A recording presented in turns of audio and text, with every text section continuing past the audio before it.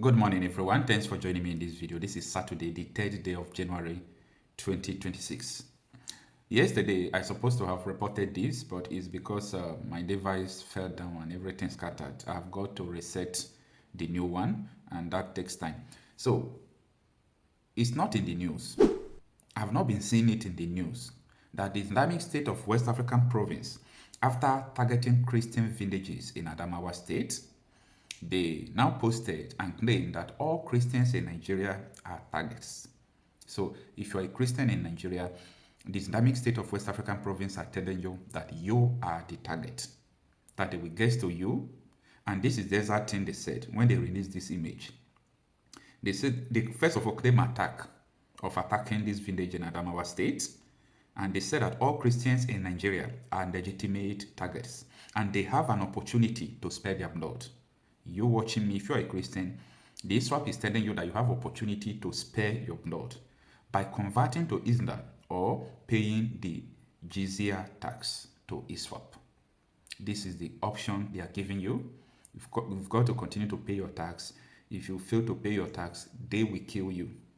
Now, a lot of people started asking questions like, what have we done to deserve this? Remember that that was about 2 weeks ago when I spoke with the people who were coming back to the IDP camp, and ISWAP opened fire on them. They killed almost all of them. They killed a lot of them. Now, they came, they chased these people after their ancestral home. They went to camp, IDP camp. Now, they're in IDP camp. After some time, they wanted to return home. These people opened fire on them. Like, why are you going back to your homes? You are not welcome here unless you convert to Islam or you pay jizya tax. Now, wait a minute. All these things, first of all, if you hear it, if you are not from Nigeria, it will seem as if they are writing movie script. Like, what is going on? It is just like a movie script. Nobody will believe what these people are doing. Like, if some people see my video, people are not Nigerians, they call me, so, Kocha, what the hell is going on in Nigeria? I said, this is the reality on ground. And people don't want us to talk about this. They want us to keep on saying that all is well in Nigeria. How long shall we continue to pretend that all is well? How long shall we continue to just feel that all is well? This is illusion. We are living in falsehood. We've got to stop living in falsehood. I have been saying this. This is not the time for you to come out to say all is well every day when all is not well. In Benue State, Randy Moore just told you that he visited IDP camps where he saw more than 600,000 Christians in the IDP camp. This is the Benue State. They told the former governor of Benue State, Samuel Otom, that they have come to take over Nigeria and that there is nothing Christians can do. Another place now is Adamawa State. Adamawa State, they have been ethnic cleansing right from time. Remember what T.Y. Danjuma said, that Nigerian security forces are the one supporting them to commit ethnic cleansing. So it is not today. Why are people in IDP camps and these people refuse that people in IDP camp will not come back home? I want you to think. Like, people in IDP camp, they refuse that they will not come back home. Now, if you want the people in IDP camp to come back home, for example, you know what you are supposed to do? Setting up security camps in their villages, like military barrack and police barrack. But the worst thing is this. Even the military and police barrack, if you set it up in the community, it won't still work because the military can move away. While the attack is happening, they will give you excuses. It has been going on like this. So these are not things that we should continue to keep quiet. Don't forget that before this attack, that they burned houses, that there was an attack on the 30th day of December where they burned over 100 houses. And that seems to be like a retaliation for US strike. Now, this video is also particularly for those of you who don't know what is happening, who are saying that Nigeria don't need international intervention, we don't need US intervention, that we can actually do this by ourselves. Doing it by yourself in what way? No, in what ways? Or you don't know that people in government are the ones who are aiding all these terrorists? Like, you don't get it? They told us that they recently brought Nakurawa terrorists into the country. That was about 2017. I repeat this. I was listening to Christopher Musa on Channels Television. He's still alive. He can confirm what I'm saying when he told us that Nakurawa came to Nigeria like their friends, that they were not violent when they came. When you put this thing into logic, does it make sense that the government imported terrorists? They invited them. That was the word he used. They invited them.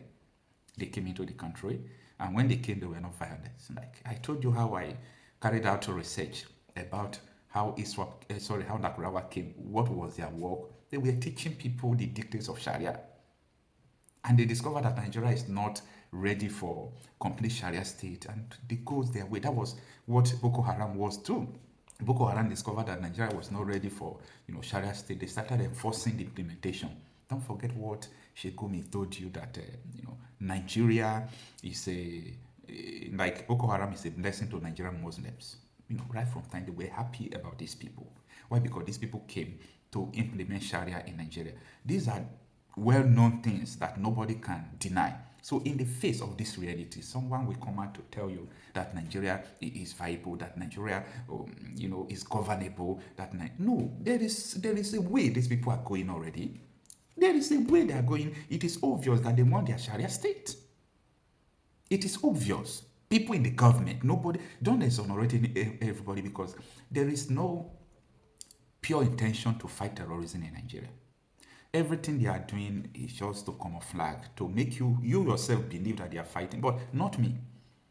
Not me. They can't deceive me with those bombings that they are fighting insecurity, whereas people who are sponsoring this insecurity are there in Aso Rock, are in government houses, are in the governorship seats in different states, they are in the Senate, you are in the bush bombing.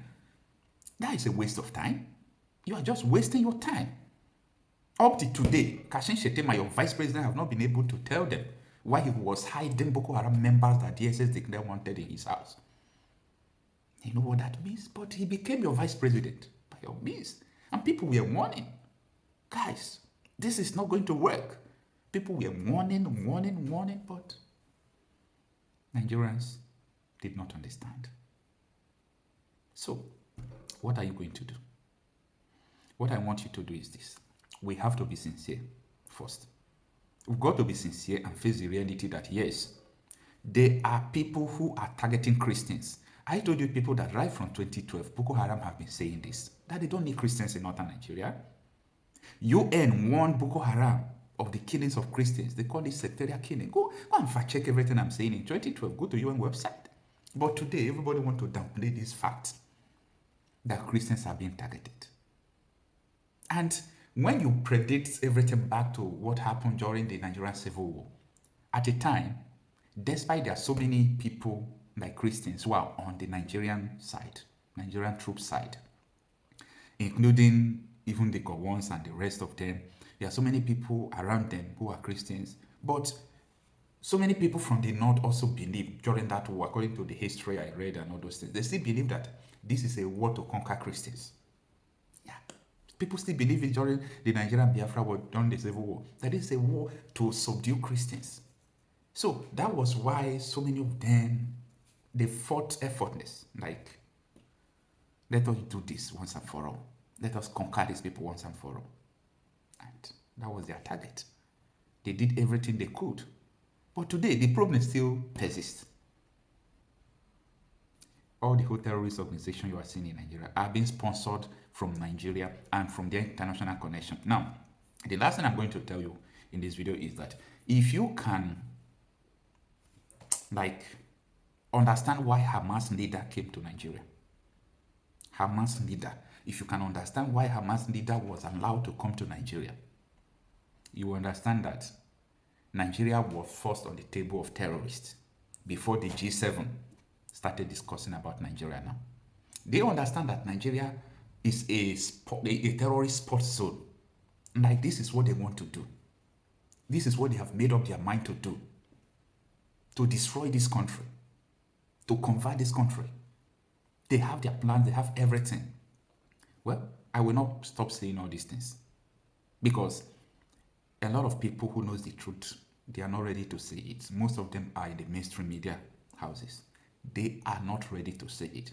I want you to follow ISWAP account on Telegram. The accounts, most of the accounts, they will close it today. Tomorrow they will open another one. They are not stable. But I follow these people. I understand their movement. I understand what these people are saying. Like, I know their mission. They are not hiding it. They are not hiding it. So, it is what it is. If these people are not eradicated, every Christian villages, cities in Nigeria ought to have their own country, ought to go in their separate ways. Monaco is a very small country. They are existing. Vatican City, where Pope is just a small country that is not up to one village, but it's existing. San Marino is a country, it's existing. So whether it's a landlocked country or not, they will still exist. The most important thing is they have the territorial power to defend themselves and let people stop dying.